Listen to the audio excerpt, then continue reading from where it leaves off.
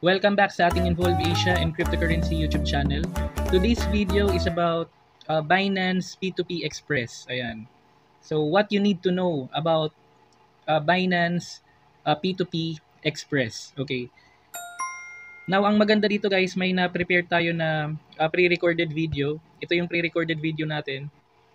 So makikita natin dito sa middle part, P2P trading, buy with PHP and then deposit PHP.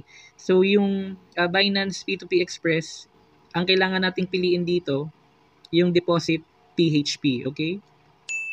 Okay, so nandito na tayo sa page kung saan tayo talaga pwede nang mag-buy and sell ng mga cryptocurrency through Binance P2P Express, okay? So makikita natin pwede tayong mag-buy or sell and then marami na tayong pwedeng pagpilian na cryptocurrencies dito. Sa video na to, ang bibilhin lang naman natin dito, USDT stablecoin. Pero depending on your preference and yung availability ng payment option, pwede rin kayong bumili or magbenta ng cryptocurrencies or other cryptocurrencies like BTC, Bitcoin, BUSD, BNB, Ethereum, XRP, or even SLP and more. Okay? So yung ginagawa ko na dito, nilalagay ko na yung investment amount na gusto nating ipambili ng cryptocurrency or ng USDT. So meron tayong money on the side na 1,150 pesos. Okay? Yung next na gagawin natin dyan, i-click natin yung buy with zero fee. Okay? So hintayin mo lang mag-load and then may dialog box na magpa-pop up to confirm purchase. Okay? Nakikita natin dito 1,150 peso. Ang ina-expect ko na USDT amount is equal to 19.66 USDT. Okay? Now, yung isa sa mga nagustuhan ko dito, kapag bibili tayo ng cryptocurrency gamit itong Binance P2P Express, based sa mga available payment options, bibigyan na nila kagad tayo ng best offer. Okay? So, syempre, pinili natin yung GCash. And then, yung i-click natin dito, syempre, yung confirm purchase. So, hintayin mo lang siya mag-load. And then, an order will be created. Okay? Kailangan yung buy or sell transaction magawa or ma-complete within 15 minutes. Okay? And then, on the top, naka-indicate na or nakalagay na yung name ng a verified merchant or seller ng cryptocurrency. Okay? And manonotice din natin na meron siyang yellow icon with a check mark. Kapag ganyan yung icon na nakikita ninyo, talagang verified merchant yung kausap ninyo dito sa Binance P2P Express, okay? Now, dito naman sa upper right-hand corner, makikita rin natin yung option to chat the seller, okay? Okay, so for the rest of the details na nasa baba, ito yung fiat amount, okay na tayo dyan. Yung price ng 1 USDT nung bumili ako sa time ng recording na to is 1 USDT is equal to 58.50 pesos. And mag-expect tayo ng crypto amount of 19.65 USDT. And then meron na rin itong order number. And then yung payment method na gagamitin natin, GCash. Okay. Okay, so yung gagawin na natin dito, i-click na natin yung make payment. Ayan. Okay, so nakikita natin dito sa taas, order will be canceled in X amount of time. So kailangan within 15 minutes matapos natin yung buong transaction. Okay. So nakikita natin dito, meron na kagad note si seller, no third party payment. Bank name or GCash name should be the same as Binance name. Now, yung nangyari dito guys, nung ini-edit ko na yung video, na-realize ko na kapag nandito ka sa step na to, pwede mo na palang i-click agad yung make payment sa taas, okay? Kapag pinanood nyo tong video, makikita nyo, na-click ko yung X button dito sa taas, di ba? Ayan. Ang nangyari, bumalik ako dun sa previous page ng order created, pero okay lang yan.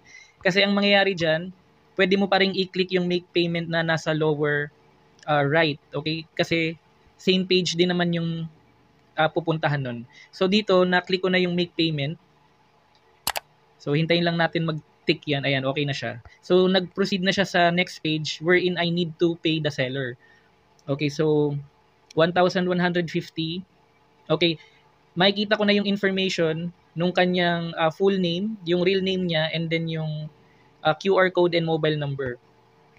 So sa part na to, babayaran na natin si seller, okay? Kailangan muna natin magbayad. Kapag bayad na tayo, tapos nag-confirm siya na na-receive niya na yung payment, that's the time na mag-click tayo ng transferred notify seller, okay? So, wag mo muna yan i-click hanggat hindi ka pabayad. Okay? Yan yung tatandaan nyo dyan, ha? Okay, so i-play na natin yung video. Lilipat tayo dito sa GCash, eh. Okay?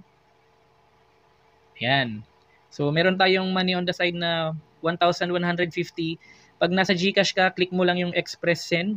Okay. So, kapag sure na tayo, click lang natin yung next. So, i-review mo lang yung mga details and then pwede mo na i-send yung payment natin sa seller. Okay? Okay, sa part na to, after kung makapagbayad through GCash sa ating seller or merchant, kumuha lang ako ng screenshot, okay? So, I would also highly recommend or suggest na kapag gumagawa tayo ng transaction dito sa Binance ng buy and sell using yung Binance P2P Express, for safekeeping, mas okay pa rin yung nag-i-screenshot tayo.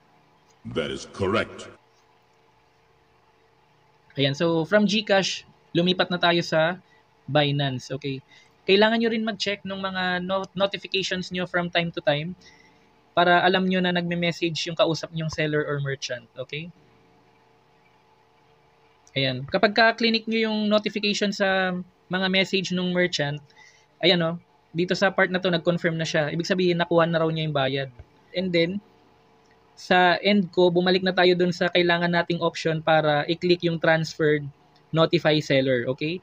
So again, pagka nakabayad ka na dun sa seller and si seller nag-notify na na-receive niya na yung payment, tayo na bumibili ng crypto, ang gagawin mo na kagad, i-click mo na yung transferred notify seller, okay?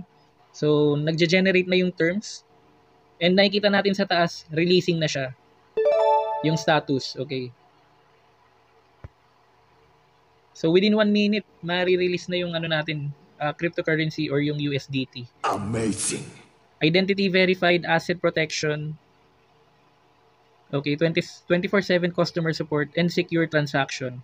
Ayan, so automatically magkakaroon tayo ng prompt na completed na yung transaction after ma-release ni seller. Ayan, so nakikita natin dito, deposited na nga talaga yung 19.65 worth of USDT sa ating funding account on our Binance app, okay? So, ang kailangan lang natin gawin, i-click yung done or para makadiretso ka dun sa funding wallet account mo, pwede mong i-click yung check wallet, okay? So, dito sa part na to, nagbigay din tayo ng positive feedback about our experience sa ating first time gumawa ng transaction with the Binance P2P Express. So, sabi ko all good. And then, nag-leave lang ako ng comment anonymously, okay? Okay, so ito pa yung isang feature na nagustuhan ko. Based sa experience ko na talagang patient yung seller and talagang na-receive natin yung expected natin na cryptocurrency, may option tayo to follow itong seller na to or yung merchant na to. So, most likely, I'm expecting na sa next time na bumili ako or magbenta ng crypto, may option ako para piliin uli itong seller na to. So, sana available siya uli by the time na bumibili ako or nagbebenta ako ng crypto kasi kumbaga, suki mo na to eh. Kaya, most likely, lahat ng mga transactions mo, all good. So, ang ginawa ko dyan, follow this user. Excellent. Ayan.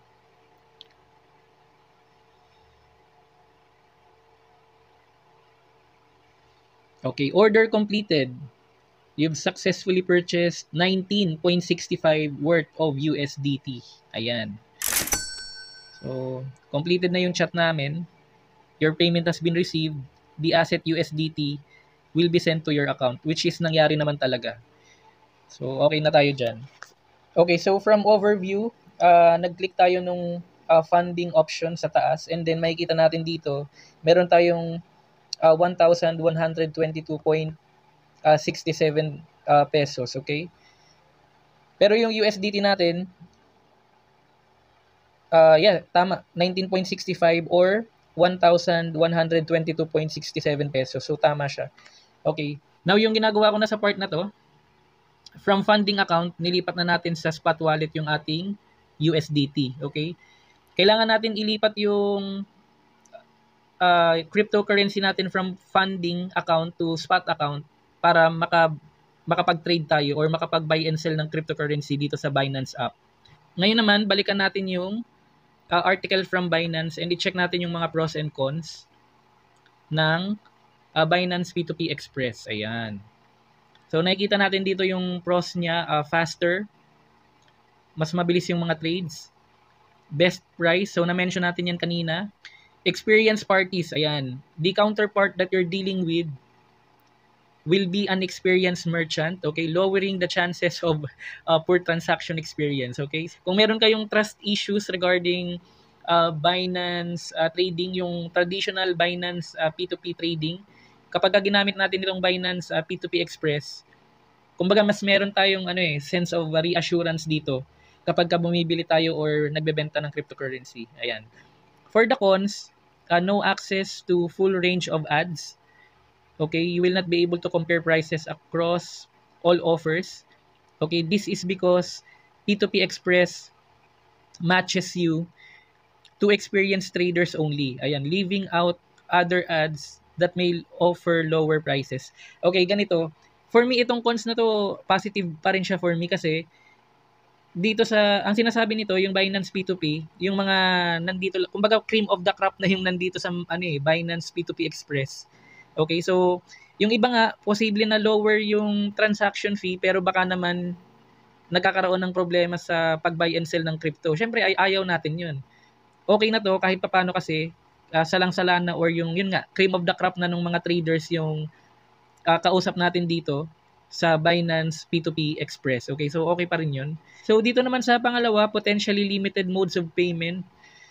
Well, for me naman and naniniwala naman ako na most likely karamihan sa atin either bank lang naman or GCash. So feeling ko naman acceptable tong cons na nilagay nila pero for me hindi naman siya generally impacting kung gagamitin natin yung Binance P2P Express. Ayan.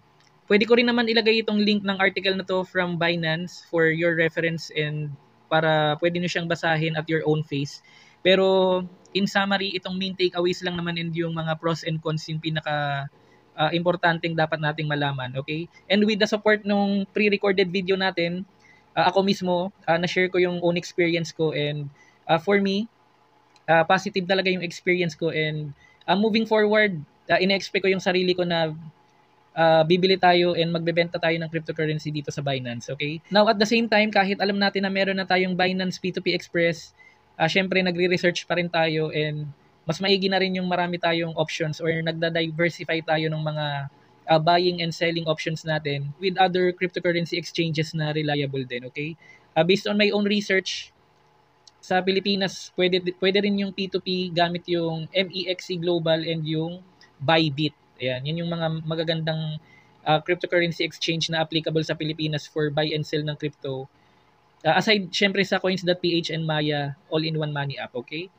So, nabigay ko na lahat ng mga information na dapat nyong malaman to the best of my knowledge dito sa Binance P2P Express and disclaimer statement for our Involve Asia and Cryptocurrency YouTube channel. Okay, all the information on our website is published in good faith and for general information purpose only, and any action that you take upon the information you find on our website, Involve Asia and Cryptocurrency YouTube channel, is strictly at your own risk. Okay, so more fruitful gains everyone. I'll see you again on our next vlog. Bye for now.